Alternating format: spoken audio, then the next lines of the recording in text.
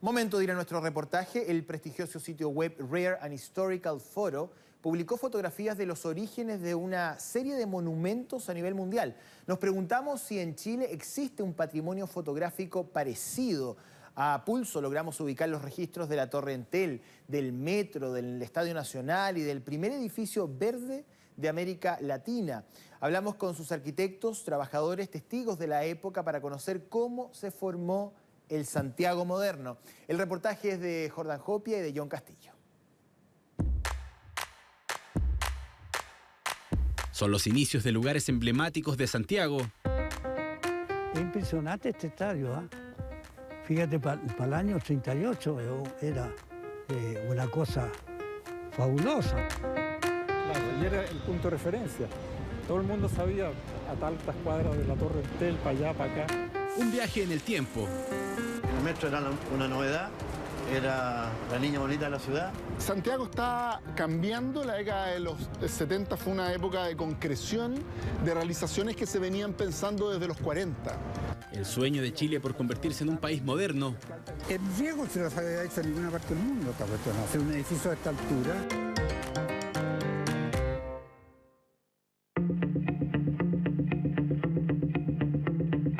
Hace un par de meses el sitio web Rare and Historical Photo liberó imágenes pocas veces vistas de la construcción de obras emblemáticas a nivel mundial.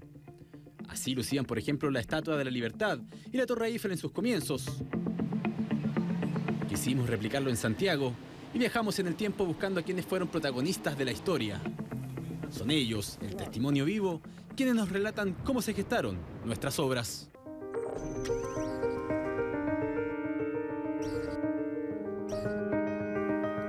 Cuesta imaginarlo, pero esta fue la imagen recurrente de la Alameda durante los años 70. Una profunda y extensa zanja cruzaba la ciudad albergando un sueño que se construía a vista de todos y bajo un manto de incertidumbres: el metro. En aquellos tiempos había que romper la calle.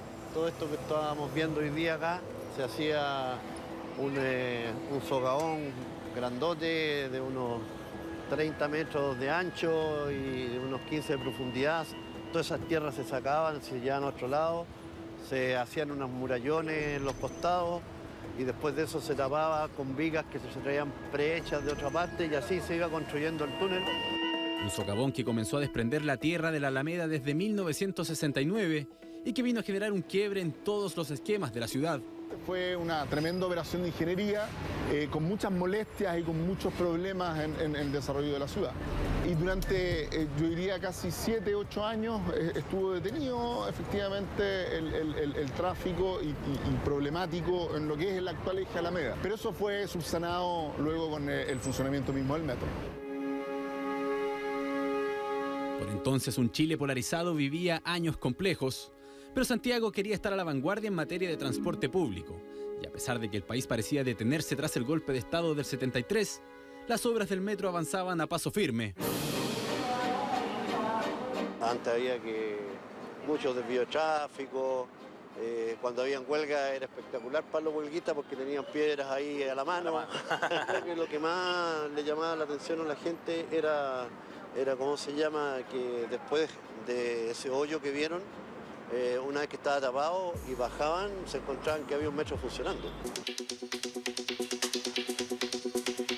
Al mismo tiempo que se construía el tren subterráneo, Santiago poco a poco veía crecer una torre que parecía encumbrarse hasta el infinito. El afán de Chile por modernizarse, esta vez se proyectaba en las telecomunicaciones. Habían dos alternativas en ese momento. Habían dos alternativas. Una era poner una torre en el Cerro San Cristóbal y de ahí bajar con una torre chiquitita aquí en el centro. Y la otra era hacer una torre mucho más alta aquí y con eso torre poder llegar hacia el sur, hacia el norte, microondas y hacia Longuevilo directamente. Y esa alternativa es la que salió más económica. Por esa época a Jorge le asignaron una tarea nada fácil: planificar dónde se instalaría el edificio más alto de Santiago. A 48 años de esa trascendental decisión, nos invita a recorrer la que por entonces llamaban la Torre Eiffel chilena. Este edificio antes me imagino que era como más imponente acá en Santiago, ¿no? Lógico, porque era lo más alto que había en Santiago. Ya alrededor no habían edificios grandes. Todo esto son todos muy posteriores.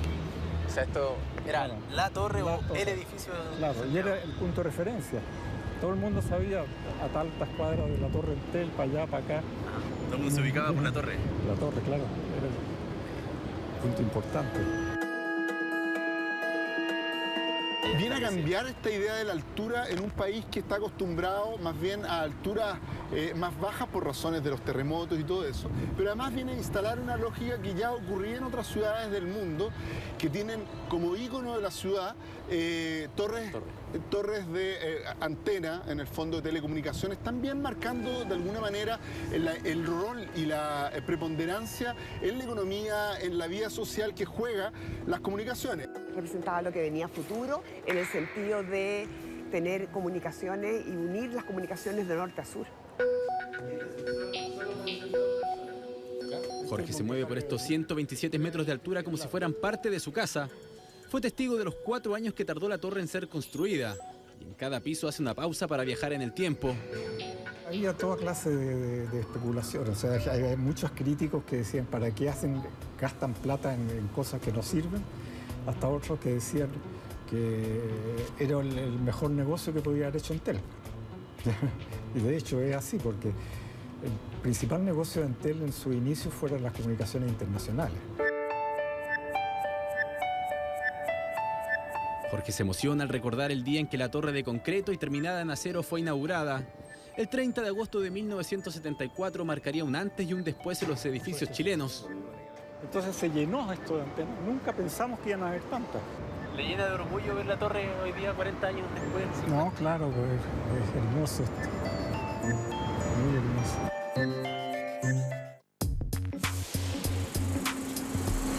En 1975 se puso en marcha el Metro de Santiago, con solo 27 trenes, que por entonces recorrían desde Estación San Pablo hasta Terminal, La Moneda.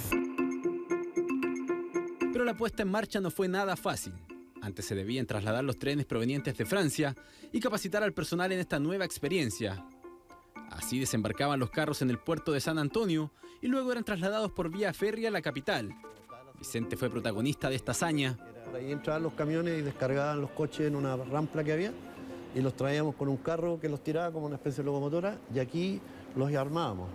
Entonces se hacía la colección eléctrica, todo, y después lo conectábamos a la energía eléctrica y cuando lo encendíamos era como echar a andar el auto. ¡Qué bueno! Ya, y ahí empezábamos a hacer las mediciones, los parámetros.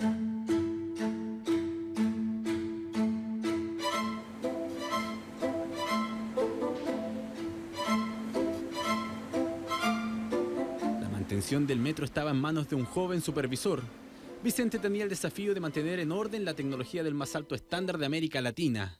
No existían computadores y abundaban las dudas. Pero yo diría que lo más complejo no fue el mantenimiento, porque hay pautas para hacerlo y todo eso. El mantenimiento correctivo, como te decía, fue un poco complejo por la experiencia. Pero operar fue un poco más complejo porque era difícil saber cuál iba a ser la afluencia de gente. ¿Ya? Entonces ponemos 10 trenes, ponemos 12 trenes, pasamos cada 3 minutos, cada 5 minutos. Fuimos las primeras personas que ingresamos al túnel con el tren. En ese tiempo todavía estaban en capacitación los conductores. Y había que meter el tren para probar la vía, cómo estaba, todo eso. Entonces fue algo inolvidable que hasta el día de hoy uno no se olvida y sabe que cumplió un hito relevante.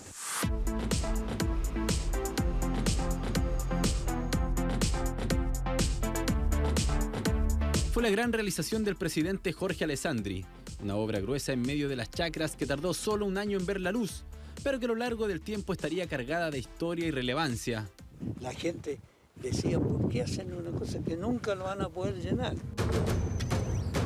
Esto era el límite. Esto era el límite de la ciudad. La periferia. Era el límite- no solamente era la periferia, esto era el límite de la ciudad. De aquí hacia Macul, el resto de Ñuñoa, Peñalolén, todo eso eran campos. Ya, eran campos y por consiguiente este era un estadio que estaba ubicado a las afueras de la ciudad. La gente llegaba caminando al Estadio Nacional o en tranvía. La gente se movía en carreta, la gente se movía en caballos. Como una fiesta nacional del deporte fue catalogada la inauguración del Estadio Nacional en las distintas portadas de la época. Un 3 de diciembre de 1938, donde más de 83.000 personas asistieron al que por entonces llamaban Elefante Blanco. Un momento histórico y que Manuel vivió en carne propia. La delegación del viejo y querido Magallanes desfila mostrando la estrella, su título de campeón del año 1938. Este niño era hijo de uno de los dirigentes. ¿Y el otro niño que está allá? Ese soy yo. ¿Usted? Ese soy yo.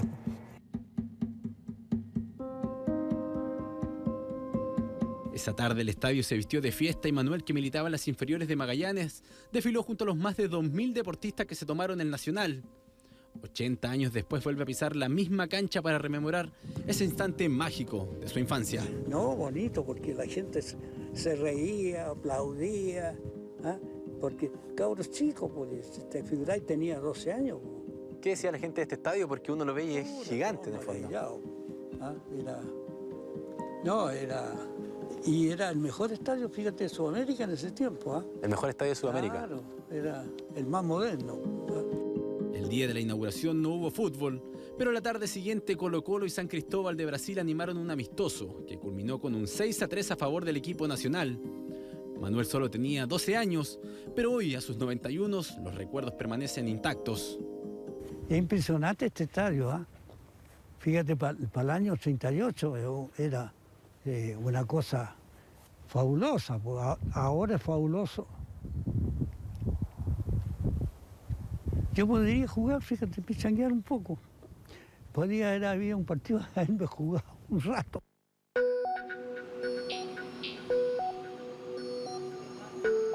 Y finalmente llegó el día.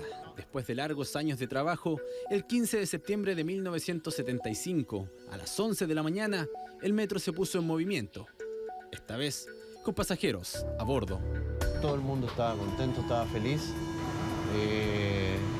Y empezar a sentir lo mismo de ahora, el anuncio de cierre de puertas. Y posteriormente, lo mismo de ahora, que se empezó a mover el tren. Y eso significa que esto está funcionando. Estamos ya en viaje hacia La Moneda, por primera vez, de forma oficial. Obviamente que a uno lo retrotrae a ese tiempo. 27 trenes como estos, que aún funcionan, recorrían las 2 estaciones entre San Pablo y La Moneda. Era un paseo como un paseo dominical, ya andar en el metro en la semana, se veía gente que solo bajaba al metro a pasear. Entonces, panorama de fin de semana. El fin de semana era panorama. El metro instala no solo la modernidad del punto de vista de las personas, del tipo de viajes y de esta idea de un Santiago nuevo, contemporáneo, más moderno, sino además, y yo creo que quizás el aporte fundamental del metro, instala la planificación de la ciudad como el objetivo principal del sistema de transporte. El metro era una novedad, era la niña bonita de la ciudad. La niña bonita. Sí, era la niña bonita de la ciudad porque todo el mundo lo respetaba, no había graffiti, entonces era algo novedoso. Con un metro en pleno funcionamiento, el Estadio Nacional con un mundial en el cuerpo y el edificio más alto de la capital instalado en pleno casco histórico, Santiago empezó a mirar el futuro y así llegó el primer edificio verde. Así luce hoy y así lo recuerda el trabajador más antiguo de la construcción. Aquí tiene lo que era el edificio consorcio en este año y hasta la fecha, año 94. No tenía nada de verde, como conocemos. Las plantas recientes de 6 8 meses, así era el primer año. Esperando que creciera Así es. Juan Carlos llegó 6 meses después de que se entregó el edificio y aún conserva como un tesoro estas fotografías. Este es un regalo de nuestro arquitecto. ¿De don Enrique? De don Enrique Brown, que siempre estamos compartiendo. Enrique Brown y Borja Huidobro estuvieron a cargo de esta obra, donde se realizaron más de 300 planos soñando con armar el edificio ideal. Junto al arquitecto y recorremos el rincón más íntimo y enigmático del edificio. Claro, al comienzo tenía, qué sé yo, cuando se levantaron, las plantas llegaban hasta 2 metros, qué sé yo. Pero ya a los 5 años, a los 4 años ya estaban entre los arriba. Y en la incorporación, efectivamente, de variables medioambientales en el diseño de los edificios, pero también en su funcionamiento. Y se va a transformar en el gran desafío de la ciudad. Cómo hacer ciudad alta, moderna, pero sustentable con el medio ambiente y con su contexto. Fue Bueno, un goce muy grande porque la verdad que cuesta mucho encontrar clientes sensibles a ideas nuevas, dispuestos a arriesgar. Entonces, en general no hay... Esto era un riesgo en su época. El riesgo se los había hecho en ninguna parte del mundo, esta cuestión. Hacer un edificio de esta altura.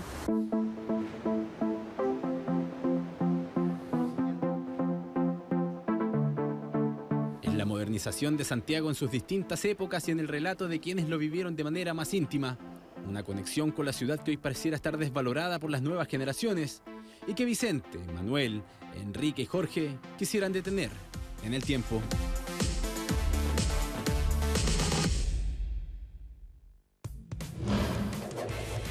Deporte.